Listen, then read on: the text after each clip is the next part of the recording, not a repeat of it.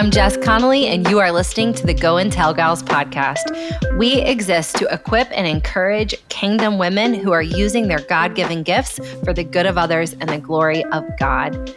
If you are a mom, a student, an artist, a doctor, we are hoping that this episode will leave you encouraged and ready to run. We're so glad you're here. Let's go. Go and Tell Gals. It's Jess. And listen, I've got a new friend here today. Hi.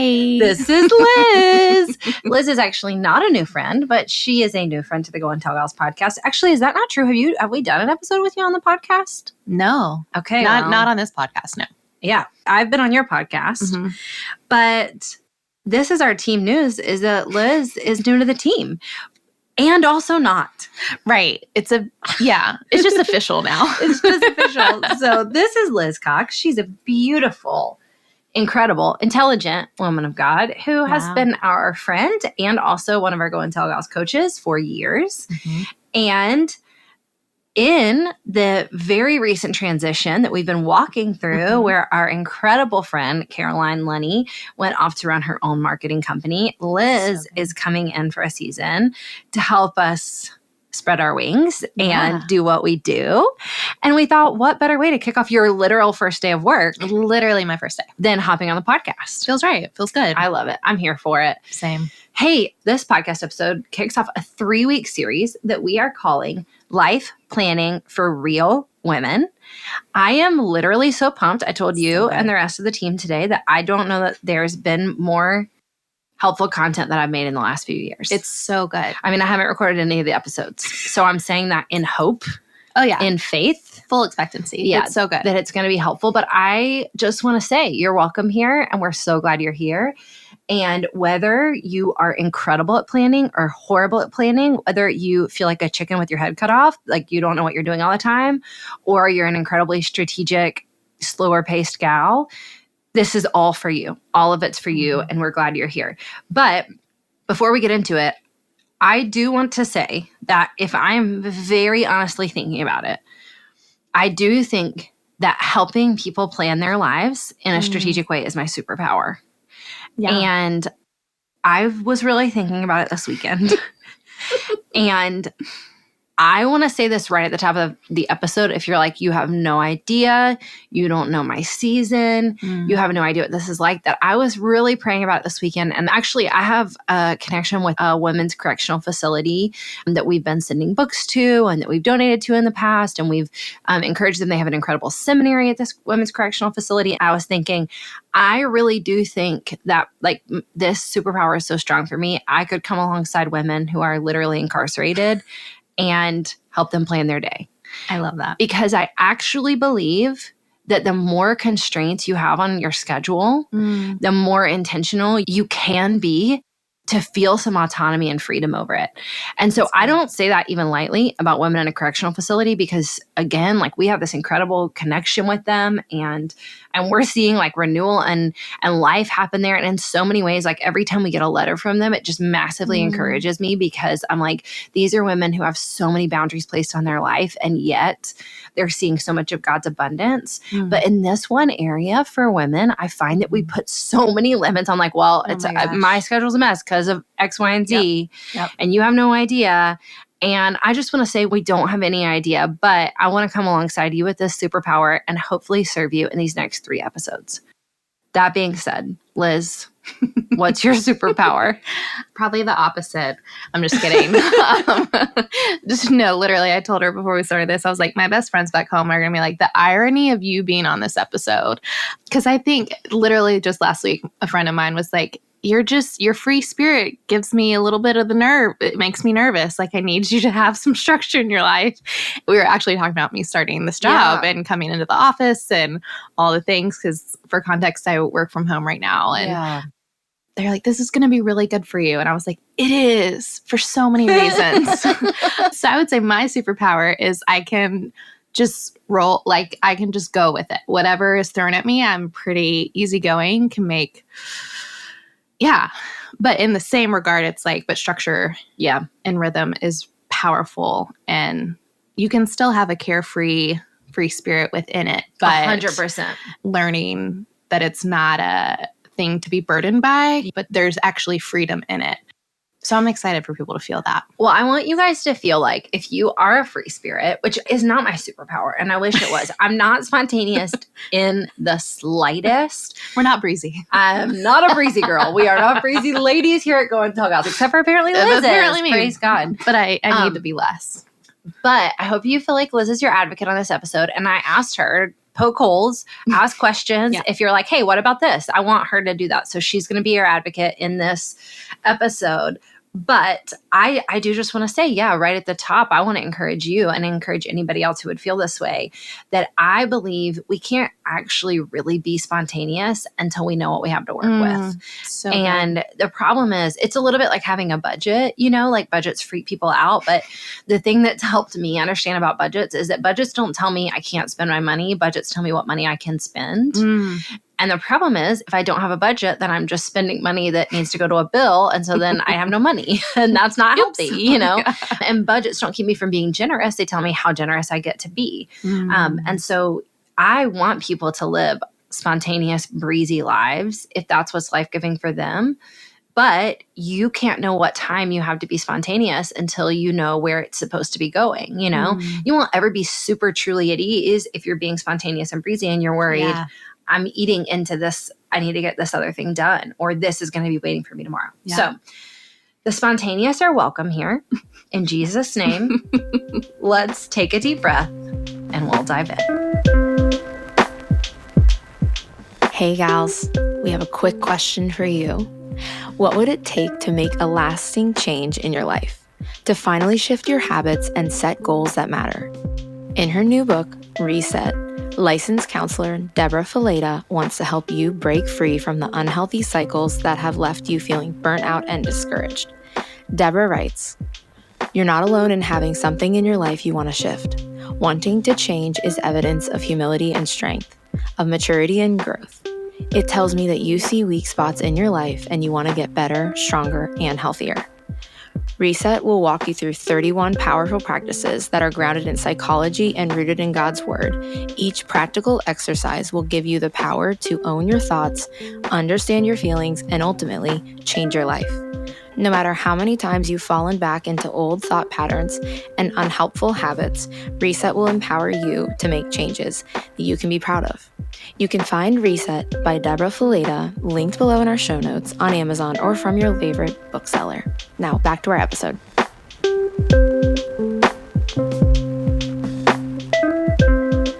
Liz, we're ready. You ready? We're doing it. All right. I really have 4 big points for you in today's episode about planning your life as a real woman. We're not talking about ladies who don't have actual problems or don't have actual people that they need to love and serve and take care of. But we're going to start with just 4 points today. And then next week, we're going to continue on the conversation. And the week after that, we're going to continue on the conversation, getting more and more and more in depth as we go. But before we start, I want to just encourage you to see our show notes and set a calendar reminder for Monday, May 1st. On Monday, May 1st, we're going to have a free webinar about logistically, strategically planning your week and knowing how to do that well, where I'm going to show some hands-on tools. It's going to be totally free. We'd love for you to join us on May 1st. And again, you can see the show notes to go ahead and sign up for that. That being said, let's dive in. Number 1, the first and most important thing I believe that you need to do as a woman who wants to live into abundant life is that you need to fight defeat. When it comes to planning your life with intention, I want you to fight defeat. And here's the thing. I kind of was just free journaling about this podcast episode and about this whole subject. And if I could tell you one thing, it's this. I think that most of us as women, without intention, we will kind of settle for a defeated reactiveness to our lives. And I say that as a woman who will do that myself. That would be my norm. If I don't take the time to be intentional about planning my days, planning my weeks, planning my year, asking God, what do you want to do here? How can I put my energy in the right places? my default would be defeated reactiveness. And by that, I mean that I think I would feel like I don't have time for myself. I don't get to do what I want to do. I don't get to live the life I want to live. And instead, I just have to continually react to everyone else's life. Yeah. And so I want to just say that like right off the bat, that I think instead an intentional life planning system and week planning system and day planning system acknowledges there are other people that rely on me. There are things that I absolutely have to do. I have responsibilities. And still, I will live under this banner of Psalm 16:6 and look down at the boundary lines that have fallen for me and say they've fallen in pleasant places. And I'll intentionally, not reactively, but I'll intentionally spend my time and my energy where I want it to go. So right at the beginning of this episode, if you're saying like, is this for me? I've got 3 small kids at home. If you're saying like, is this for me? My husband has a full-time job and I feel like there's nothing I can do but respond to that. If you're like, is this for me? Because I'm a single woman and I can't even relate to half of what you're saying. If you're saying, is this for me? I work an all-day office job. You gals seem to be like free and loose and breezy. You're talking to different. If you're saying, is this for me? I'm a college student. I'm a grad student. It doesn't seem like you understand.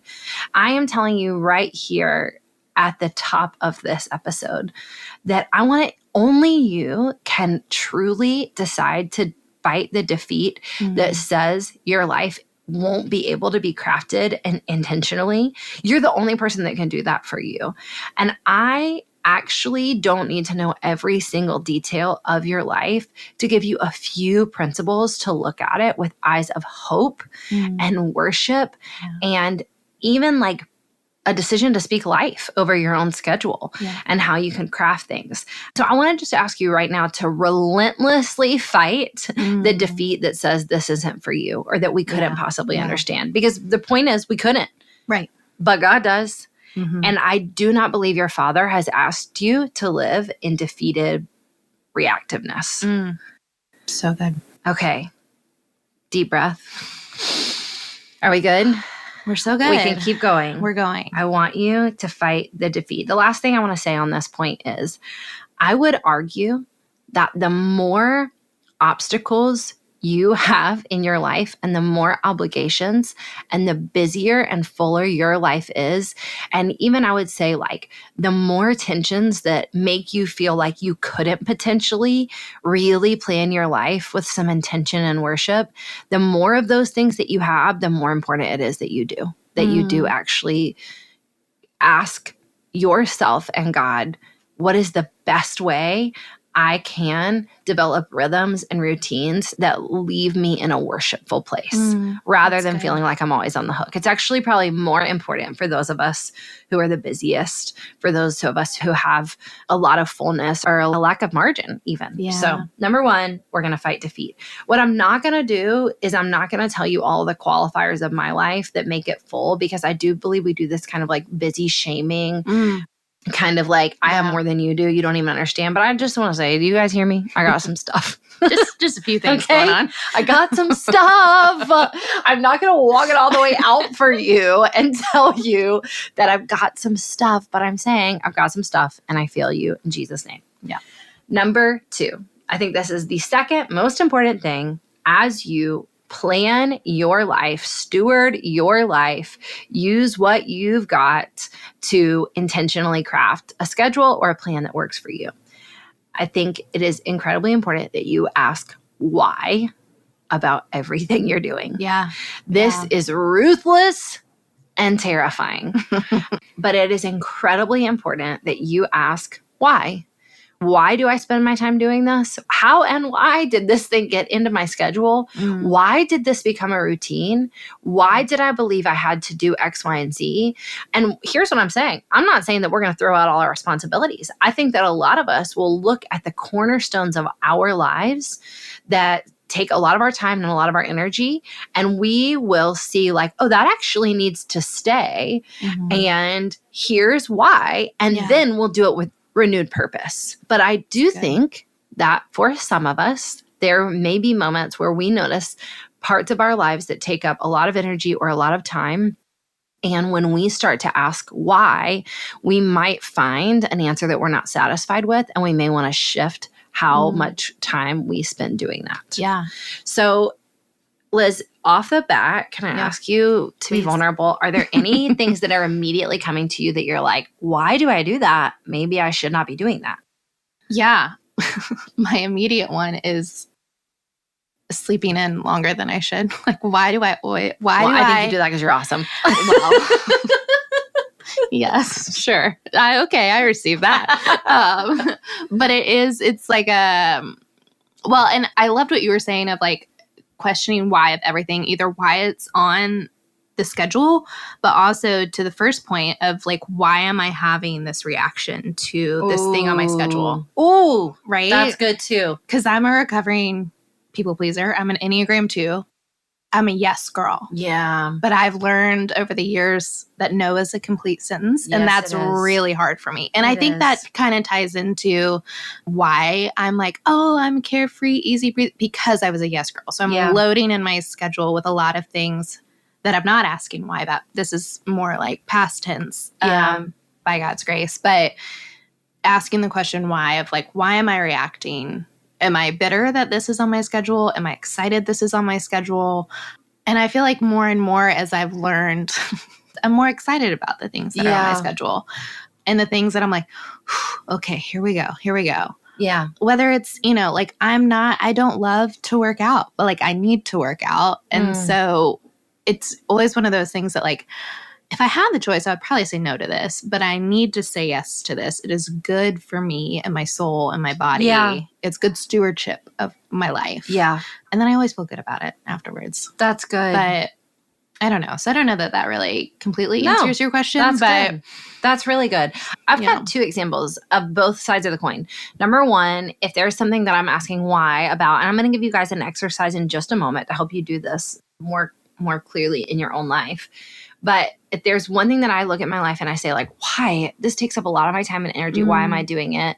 But it needs to stay. Right. That would be carpool. Oh gosh. So I spend my life right now in the car. And what's something that's really validating for me, I know we've mentioned it on past podcasts, is that when other people watch my kids, which sometimes it's like the Go and Tell Gal staff helping with my kids, not as their job, but as my friend. I don't make them do that as part of their job. They just do it because they love me and they do it as my friend. But it is really validating. Specifically, Emily and Caroline in the past have like stayed with my kids for multiple days. And when I come home, they'll say, your kids are fine. They're great. The kids are fine. It's the carpool that we can't do anymore. And we are in this really interesting season as a family that I have heard is very normal. And it's this zenith right before your kids start driving, where for them to have any kind of a life. And I mean, school alone kind of takes us out. We have 4 kids at 3 different schools all across the city, which is cute. But also for them to have any kind of a life, any kind of a job, you just kind of have to sacrifice and say like, we're in this, like we're carpoolers, this is what we do. And that is an actual pain point for me. That is like hard about my day. And when I ask like, okay, this is taking up a lot of my time. Why? Why do I do it? The answer that comes back is good, because I'm like, because I'm in this beautiful season where my kids are developing their own lives and it's now their own story. And there was this season of motherhood where I got to love them and nurture them by changing their diaper and feeding them. And now I get to love them and nurture them by literally delivering them to like the part of their life that is about them, cool. Yeah. So I'm like, that matters. Even if I'm not in a great mood when I do it all the time, even if I'm not having profound conversations with them, this is how they're going to transition to the next season of their life. So it matters. And you're present for it. And I'm present for it. And that's great. That matters. Yeah. And then if I was being honest with you guys and I said, if there was a part of my life that I'd be asking, why do I do this? And there's no good answer. I'm going to tell you guys a secret right now. I'm addicted to reels. I'm learning this with you guys. This is I watch reels like other people watch TV. That's what Instagram loves you so much. I can watch them for an hour. Oh, easy peasy, And as I look at my life, I say, that is actually, number one, I can't even really tell you about one I've seen in the last 24 hours. So I'm not retaining information. Nothing's sticking. Number two, I'm pretty sure they're making me dumber. Number three, I'm feeding. I don't know, man. I don't know. I don't know. It's real. And that is something I would like to change about my life. So here's this exercise I want to give you right now. And that is that I want to encourage you with this second point about asking why. I want to encourage you to take between now and next week's podcast episode, which I'm praying you'll listen to. It's my favorite in the series. I want to encourage you to do some time audits of your days. To just keep a note on your notes app in your phone and just write down, when did you wake up? What did you spend your time on? How long does it take you to make your food? How long does it take you to get ready? How long did you just spend scrolling on your phone? Don't be crazy religious about it. Like, don't stress more about the audit than you do about your actual, like, living your life. But I want you to just pay attention. And if you notice, whoops, there went 46 minutes to Instagram Reels, maybe that's a thing to ask why about. So before you ask why, do a quick audit. Okay, let's move into point number 3. As you are planning your life, I want to talk about rhythms, routines, and time to regroup. All right, let's start with rhythms. So if you're familiar with Go and Tell Gals at all, you probably hear us use the phrase rhythms, but here is what we mean. We're kind of contrasting the idea between having a schedule and a rhythm. And so the premise is this, that when we schedule our days, we're creating a rigid plan based on time. But when we establish rhythms in our life, we're creating more fluid patterns while still providing some structure. So an example would be, a schedule says I go to bed at 10:30 each night. A rhythm says I always wash my face and I take a few minutes to journal before I go to bed. A schedule says I'm going to call my mom at Thursday at 10 a.m. And a rhythm is where you say, I'm going to check in with my mom as I walk around the grocery store. So the idea is that rhythms give us a little more space to breathe, while schedules often set us up for failure. And essentially, rhythms are routines that make sense and align our core beliefs about our lives and what we want them to look like with our actual days. So that being said, I would love this week for you to consider what rhythms feel most important to you. So I have a group of women that I kind of loosely disciple, and this is a question I'm often asking them, essentially is like, what do you want your rhythms of community to look like? What do you want your rhythms of health to look like? What do you want your rhythms of family to look like? What do you want your rhythms of time with God to look like in your best life now? What do you want those rhythms to look like? And again, this is where we're going to fight defeat and instead not just react. Because if I'm honest, I will just react and live into everybody else's expectation for me. And if I did that, I would never spend time with God. I would never exercise. I would really, honestly, probably not love and steward my priority relationships. But instead, I would kind of like always give squeaky wheels all of my attention. And those might not be people God has most called me to steward and pay attention to. And I think we know too, I would spend a lot of time watching Instagram Reels. Now we know. Secret's out. So rhythms matter. Do you have any rhythms that have like helped you, or like, do you have any areas where like, well, I need a rhythm here? I would say when I was living back home in Lexington, one of my best friends and I would say this is a community rhythm that was really good for us. We were in different seasons of life. I was single. She was married a couple of years, had just welcomed in. Well, really, we did this when both of her daughters were born, but every Monday was our day. I had a job where I worked Tuesday through Saturday, and Mondays were my day off. And so I always had family dinner with them on Mondays, and we always watched The Bachelor. And when it wasn't Bachelor season, we did whatever. But, you know, her children are my god babies. And but it's because of those rhythms that we implemented. Like, we just knew it didn't matter what else was going on. Mondays were our days. I helped with bedtime. I helped take care of the kid. You know, it just, and those girls are my world. And so, and that got, you know, life changes and whatever, but both of us always said like Mondays are sacred and Mondays are ours. And I think as someone that's single, to have a family that you feel, you know, family, if you will, like will always be such a source of life. So good. I love that. Some rhythms that really help for me is like even community wise is Sunday nights are kind of a free pocket. I've noticed that's a time where my family doesn't super need me. Yep. You know, the house is kind of prepped for the week. We're good. And so I can kind of set aside Sunday nights for like, oh, let me see if this friend is free for dinner, or let me check in and see if this friend wants to go to a workout class. That works really well for me. I'm sure you've heard me say this a million times, Liz. Exercising with friends is like my go-to. It's the only way I'll do it. Is the only way you'll exercise is if there's friends. Yeah. I love it. I have to really watch it because I think that sometimes my friends are like, could we just talk? You're like, can we sweat while we talk? I'm like, please? I know, but you don't want to go to a yoga class too and like be the irreverent ones in the corner laughing. But working out with people is like my number one favorite fellowship rhythm. Some other rhythms that really work for me are just setting my goals at the end of each month, taking, like knowing on my calendar that's already kind of on a date. But there's a slight delineation between rhythms and routines. And now I want to get into routines. I want to make this case for routines. So to me, a routine is something that's like pretty logistically planned. Yeah. There's not a lot of spontaneity in it. And again, I'm a fan of spontaneity, but I think that our brains are really served by having a few parts of our life where there is a strategic set of steps that we always take to get a desired outcome. And so I would like to advocate right now for a morning routine and a night routine.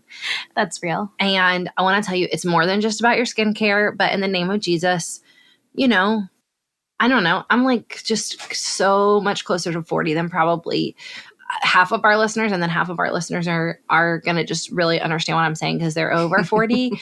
I want to tell everybody under 40 that like, just take care of your skin. It's so much easier to do it right the first time than to fix it. And so I do want you to take care of your skin. But more than that, your brain, I have done so much research on this for my new book, and your brain needs the rhythm of like, this is how we wake up and this is how we go to sleep. Yeah. It needs the triggers. And having a set number of routines throughout your day absolutely helps your mind process and be present where you're at. So this would be like a routine when you get to work, a routine when you leave, a routine when you come to your house, a Saturday morning routine. Having a few of these set in place specifically, I would say in transition moments that could be overwhelming are incredibly helpful. And I want to advocate for you to establish some of those.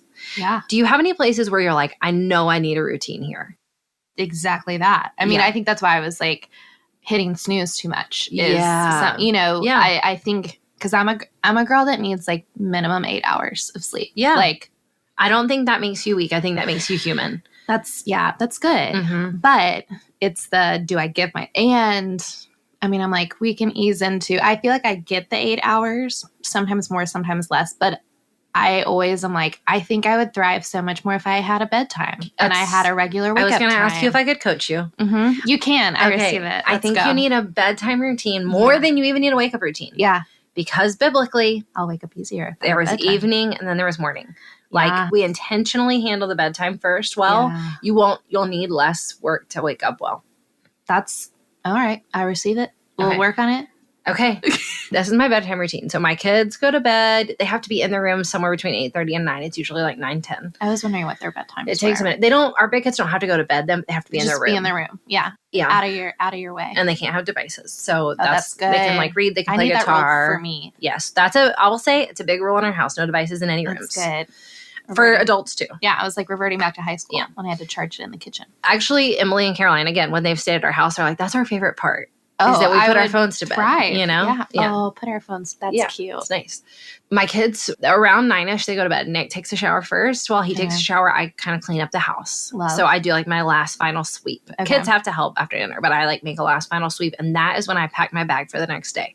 Okay. So I'll lay out my clothes, especially if I'm getting up earlier than everybody. I lay out my clothes in the living room so I don't have to wake Nick up. I lay out my watch bands, which I'm going to talk about that next week and how important it is to me that I switch my watch bands during the day. I learned this about you today, and it might be my new favorite. I'm the Mr. Rogers of Apple Watch bands. So you should know that. How he changes his shoes, that's how I change my watch bands. So I pack my bag. I make sure everything's like out for the next day. When he gets out of the shower, I take a shower. I watch Grey's Anatomy for about 8 minutes while I'm in the shower. I rarely wash my hair at night. So I don't wash my hair. I just like put my hair up. I take a shower and I do my whole skincare routine while I also watch Grey's Anatomy. How are you watching this in the shower? I have a little ledge that I had installed when we did our renovation about 6 months ago. Were you like, this is my TV ledge? Yeah. Yeah, 100%.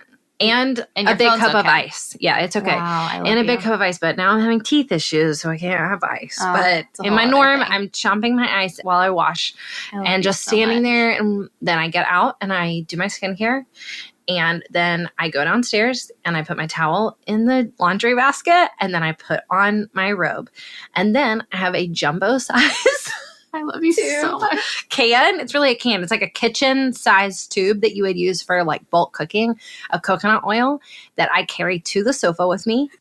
And I get a big glass of water and I drink my water while I put on my coconut oil on the couch all over my body. I slather myself up like an actual chicken. And Nick and I watch a show. And I fall asleep about the last 15 minutes of the show. And then we move to the bedroom and I fall asleep. And that's my nighttime routine. And I want to say that because that's not super spiritual. No, but that's so life. You're like at a spa. Yeah. But my body needs every part of that process. Yeah. You know, like it needs the shower. It needs the skincare. It needs my contacts out. I didn't mention that part. I take my contacts out when I do my skincare. It needs like the robe. It needs the coconut oil, you know?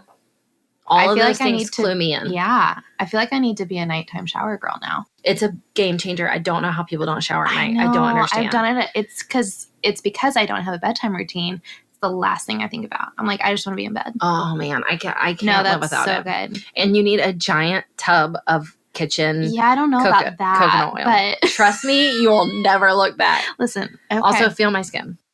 She feels like butter, guys. You can't see it, but we're having a moment right now. Okay. We're coming back. All right. So you need routines. And then lastly, I'm going to really talk to you about this next week, but you need time to regroup. If you have no regroup margin time in your schedule whatsoever, it won't work. So you need time to regroup in your schedule. Amen? Amen. Okay. Here's your last thing, and we're going to really talk about this in the third week of this episode. I want to encourage you to make a plan to communicate your life plan, whether it's your week, your day, your month, whatever. Communicate it, number one, to yourself. When are you going to revisit this? When are you going to write it down? When are you going to look it over? So for me, this looks like at the beginning of the year, I'm going to work on my plan, my schedule, my life. I'm going to look at it once a month. I'm going to look at it every week, and then I'm going to look at it every day. I've shared this on the podcast before, but this is how I end my quiet time with God in the morning. After I pray, after I read scripture, after I do my gratitude list, I literally write out in my journal again one more time because it's already written out in my iPad. I write out what my day is going to look like, and I get to kind of prayerfully say to God, like, anything here? You know, like anything you want to do, anything you want to shift, anything I need to know about, anything I'm worried about. Yeah. So you need a plan to communicate your life plan to yourself, but also to other people. I want to give 2 examples of this. So number one is that on Sundays, when I plan our family's week, everything from every carpool ride to every meal, you know, every little bit of it, as I plan that, the first thing I do after I write it all out is that I send that in a really detailed email to Nick. Amazing. And that's because this is my superpower. It's not his. So I don't get mad at him anymore. It's a bummer if you're in a marriage or in a relationship where nobody's good at it, then somebody has to just take the hit and try to get good at it. Yeah. And then I'll ask him, usually I'll look at it tomorrow and I'll be like, can you look at it right now? Right now. Because I need you to just let me know if there's any holes, if there's anything I've missed, if there's anything you have a question about. If he's taking a kid to a particular appointment, if I am, go ahead and put the address in that email so we can just revisit it throughout the week. And then there's way less texting or calling like, oh my gosh, did you get so-and-so? Or like, do you know what we're having for dinner tonight? Or like, do we have any plans tomorrow night? It's all just in the email. But for those people who aren't in a relationship, I even want to give this example of how I had to text a friend recently because I had a friend who we're kind of new friends to each other and she doesn't know me that well. And she kept asking me for plans. People are a little bit confused about my work, which I totally understand because it kind of just looks like we play and work out together all day. And that's because we just don't show the boring parts. But she kept asking me to do things during my work day. And so I had to just in love go to her and say hey, I know this is confusing, but just so you know about my life, our base office hours at Go and Tell Gals are 10 to 3. So sometimes I really actually have about 40 hours of work to do a week, but at best. But I try to be in the office from 10 to 3 because that's when the girls are here and that's when we work together. And so I just wanted you to know that like I'm probably never going to say yes to lunch at noon, you know? Yeah. And I just had to communicate that to her because she didn't know. So like lovingly and humbly communicating your plan to other people. And then the caveat with this is be willing to hear their thing too. Yeah. Ask your people 100%. like what's important to you and what matters to you and what are some of your whys and how can we hold all of this? Because what we're not saying is that like this is only for women who only take care of themselves and don't worry about other people. A lot of what I'm going to put down in the blocks of like what I have to do and what's most important is other people's stuff. Yeah. Is loving other people and serving other people and their schedules. Yeah. And so this isn't like I just do whatever I want and I feel like it all the time, you know? But we have to communicate to one another and with eyes of hope and not defeat. Okay, we're going to pause and do a couple quick Q&As. All right, I'm going to ask you some I'm ready. questions. You ready? I'm ready. Number 1. Oh, I like this one. What if I mess this up? Oh, I love this question. So what if you listen to all these podcasts and you come to our free webinar on May 1st and you make this great plan for your week. And then the first week you get sick or somebody cancels an appointment or it doesn't work. The great news is I don't want you to be scared of this anymore because it is not going to work. No. It's not going to work. That's the point. That's how life goes. Yep. That's the point. That's real. When we were prepping for this episode, you were like, oh, you should talk about your date today because I had a great plan today that I had written in detail in a color coordinated plan on my calendar. Today is the Monday after Easter. My husband and I lead a local church. Holy Week just about took me out. I'm not going to lie to you guys. It just about took me out. I was hosting 6 a.m. prayer at our church every day. Monday, Tuesday, and Wednesday, we were out of our house until 9:30 at night. So those days I left my house at 5:30 and got home at 9:30. I had 2 kids on spring break, not all 4, just 2. So I was still doing half a carpool, half spring break, Mom. My daughter sprained her ankle and we spent about 4 hours in urgent care.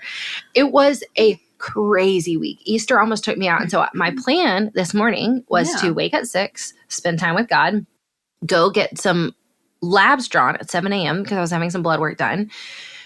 At 8 a.m., run to spin class. At 8:30, go to spin class. At 9:15, run home from spin class. I had laid out my clothes to change into to come into the office. I had also laid out my Apple Watch band, the different one.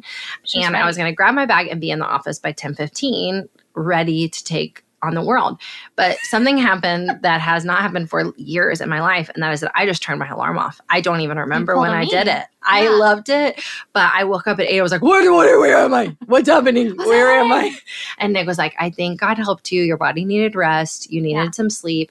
And I was so relieved. But then that meant that I had to go get my blood work at 9:30. And they had been open for 2.5 hours. So there was a really long line. And so they didn't draw my blood until 11. So I didn't get to the office till 11:15 and the whole day was very confusing. So the point is it's not going to work. No. The plan's going to help you and then you're going to regroup. 100%. And sometimes it's going to go wrong and you're going to realize that didn't matter. That thing that I was so stressed about, it actually didn't matter. It was fine. Right. And then sometimes the plan's going to go wrong and you're going to realize like, I really wanted that thing to work. So I'm going to try it again. Yeah. Yeah. Yeah. And that goes back to like defeated reactiveness. Yeah. And how you respond. That's good. You ready for the next one? I'm ready. Okay. Number 2. What about planning around other people? Yeah. So we've touched on this a little bit, but the point is we do plan around other people. I don't want anyone to think that we don't. I think that part of intentionally crafting and creating your life is knowing the people that you want to plan around and the people that you want to make space for and why you want to do that. But I think that we absolutely do plan our schedules around other people in Jesus' name. Yeah. And it goes back to how you were saying priority people versus, what'd you call them? Squeaky wheel? Yeah. Yeah. Yeah. And having that filter 100%. Yeah. as well. Okay. I like this one because I asked it because it does not for me. Yeah. Does this come naturally? And what if it doesn't come naturally for you? Yeah. This is good. So the point is it does come naturally for me. So I'm not going to lie. This is my bread and butter. And I want you to know that a lot of what you're going to hear over these next 3 weeks, and surely if you attend that free webinar on May 1st, is you're going to hear a lot of like, again, this is my superpower. So you should take what works for you, because a lot of it is what works for me. On May 1st, I'm going to show you how I literally write out and plan each day and plan each week. And you're going to see that one of the things that I do when I plan my week is that I write out the temperature it's going to be each day. And I write out what I'm going to wear. And I write out what I'm going to post on social media. And I write out what I'm going to eat. And here's why, because that helps my brain. That would not be life-giving for a lot of people. That's really life-giving for me. And it's how my brain best works. So I'm going to be giving you a lot of options for what works for you. And you take and pick what doesn't work for you. So if it doesn't work for you, the only reason I want to encourage women who would listen to this and say like, this is not who I am, it's not my thing, I would counter with this. Do you have to show up for people? Do you have a job? Do you love people? Then to some degree, executing a little agency about your schedule and your plan is going to be important. So don't rely on like, that's not who I am. In the same way that the deficient areas for me, like the areas for me that are not as strong, like saying like spontaneity, like being like, that's not my thing. For example, like the bigger picture to spontaneity for me is adventure. I don't like adventure. I don't like new things. But my husband loves adventure. He loves adventure. So if I was just like, sorry, that's not who I am, then I wouldn't be loving him well. So that's good. In the same way, if you have a job, if you have children, if you have friends, if you serve a local church, having some kind of a workable plan where you can just show up fully present. And I would say more than doing that for everybody else, caring about your own life enough so that you can show up present with freedom, that matters. And let that matter so much that you let yourself intentionally plan a little bit. 100%. And when it goes overboard and you're like, that was too much for me, then pull back. And do less. And I think for me, like that latter part that you just said is the mindset shift of, if I create some good stewardship in my life, it's going to allow me to be free and available and present. And that mindset shift, knowing that is where we're going, that's so the end goal. Because that's what we want. 100%. Even if you're, type B like me with an edge of type A, enough to get things done. That is what feels worth it to me, to do the work, to implement that stuff. It's so true. And you know what? I want to say this about you, Liz, that I would bet that is true for a lot of women who are listening to the podcast, because you just called yourself type B. And what's interesting is I would never call you type B. And that's because you probably are type A for everybody else. But like what you need and what you desire is probably going to like come on the back burner. And I actually think that's true for a lot of women. Like that's what I always tell people, like even about me, a hyper planner, like if I'm in a full season, I know I'm going to hit a deadline. I know I'm going to show up for my kids. I know I'm going to respond to every text message. What I don't know is if I'm going to journal. What I don't know is if I'm going to get enough sleep. And I have to love God and honor God enough in my own life to say, like, you don't want that for me. You don't want that kind of subsistence living for me. You want me living an abundant life too. So, okay. Woo! Mic drop. Woo! And then really practically, how much time does it take to make this, like when you're saying Sunday, you're writing all this, like how much time are we talking? What does that look like for you? I'll say what works for me, but I don't think it should take away from your wild and beautiful life. I'll tell you that. So I would say for me to really intentionally plan our week, in this, I'm counting like grocery planning, etc. I would say it takes 90 minutes. A week. And then about 5 minutes a day. There you go. But that is the extreme version for me. And I often tell people like another kind of rhythm for me that I have to communicate to people, and I do it a little bit through social media, is that I call Saturday Our Lady of the House Day, my Lady of the House Day. And for me, that almost my entire day on Saturday is set aside for repair and maintenance and setting us up for the week well. And there are a lot of people who would hate that kind of life. And so that's why it's for me. That's what works for me. But I live a highly extroverted life, and I'm an actual introvert. And so to have one day where I say, like, I don't typically do community things on this day. We pull in, we go grocery shopping. I do all the laundry. I tidy. I get everything ready. I do meal planning. I do meal prep. I also have to drive my kids around a lot in there because they're living their life. But that is worth it for me because I know that like what we're doing Monday to Friday and on Sunday is living like way outside the borders of a normal family of 6. Right. We're kind of going a lot harder and pushing a lot further than I think is like necessarily culturally normal. And so that's what works for us. Yeah. It's easier for me to push and have one day where we massively pull in, but that might not be right for everybody. Yeah. So you might be like, I want to be the kind of person who spends 30 minutes a day really planning and then I don't want to think about it again. I don't know. I think you should figure out what works for you, but I don't want anybody spending more time planning than they are living. Yeah. You know? But like, do some planning. Sprinkle that in. Okay, listen. Check the show notes. Set a calendar date. This is a free webinar on May 1st. We're going to really get into the nitty-gritty.